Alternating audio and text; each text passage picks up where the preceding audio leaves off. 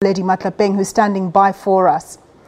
Naledi, good afternoon. What was the main testimony of Jabu Mabuza, the chairperson of Eskom, today? Well, good afternoon, Dompu. Today, the chairperson of Eskom, Mr. Jabu Mabuza, spoke about how, the main issue was the email documents that were circulated by the former executive of Eskom, Mr. Matsela Koko, to a Gupta deployee, Salim Essa, who actually was also who's a majority shareholder of Trillion. So he actually circulated information regarding the bidding process at Eskom. In that way, he gave him an advantage, a business opportunity to actually position himself so that he can benefit from the tenders at Eskom. At the end of the day, that's when then Trillion was formed because of that. He actually, Mr. Jabu Mabuza, spoke about how the procurement process actually must be monitored at Eskom because it's very crucial.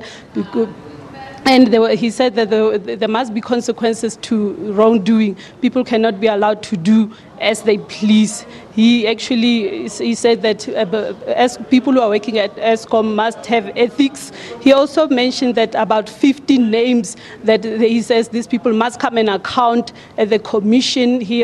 Some of the people he mentioned were Brian Molefe, Sean Marks, Anok Singh, Suzanne Daniels, Ben Ngubani, and Salim Isas. So he has actually compelled the commission to bring them here so that they can account and face the accusations against them.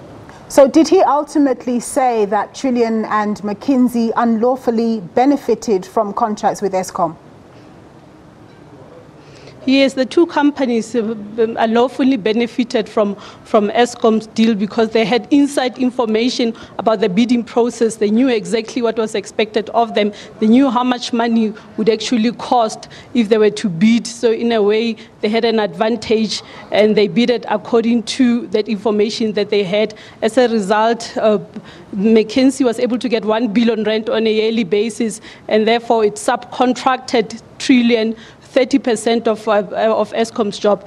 McKinsey did admit at the end that Trillion did not do anything much. They did not even deserve that contract. So, Naledi, what was the chairperson saying about the load shedding that's been going on? He said that the Eskom board knew exactly about the prospects of load shedding in few years to come. So it's something that they actually could have prevented.